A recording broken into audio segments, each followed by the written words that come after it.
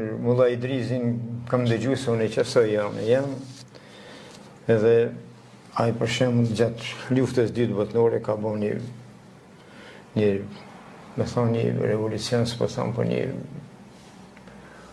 angazhim të madh për popull, domethënë ai ka qenë udhëheqës i një garnizoni, i një ushtrie, të cilën i kanë, domethënë, për ta mbrojtur Gjilanin prej masakrave të organizatave panslaviste, edhe ka qenë luftë rrep në Gjilan, domethënë në udhëheqjen e Mulla Idrizit. Tash për jetën e tij, se si mëse ne i ka shpëtuar nga aty, por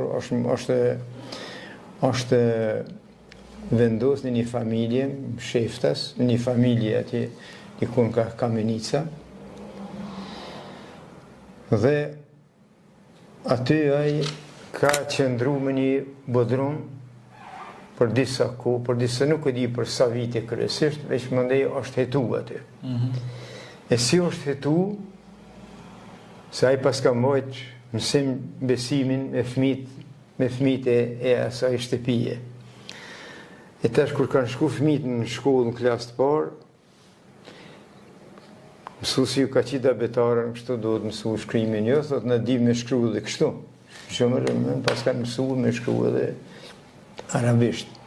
Po ku e keni mësu këtë, po te qështu e kemi thot në një hoxha, edhe tash hetohet hoxha, vjen ozna e marrin edhe po shkatojnë.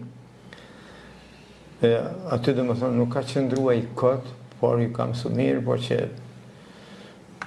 si hoxh që ka pas qëndrim për kontarën.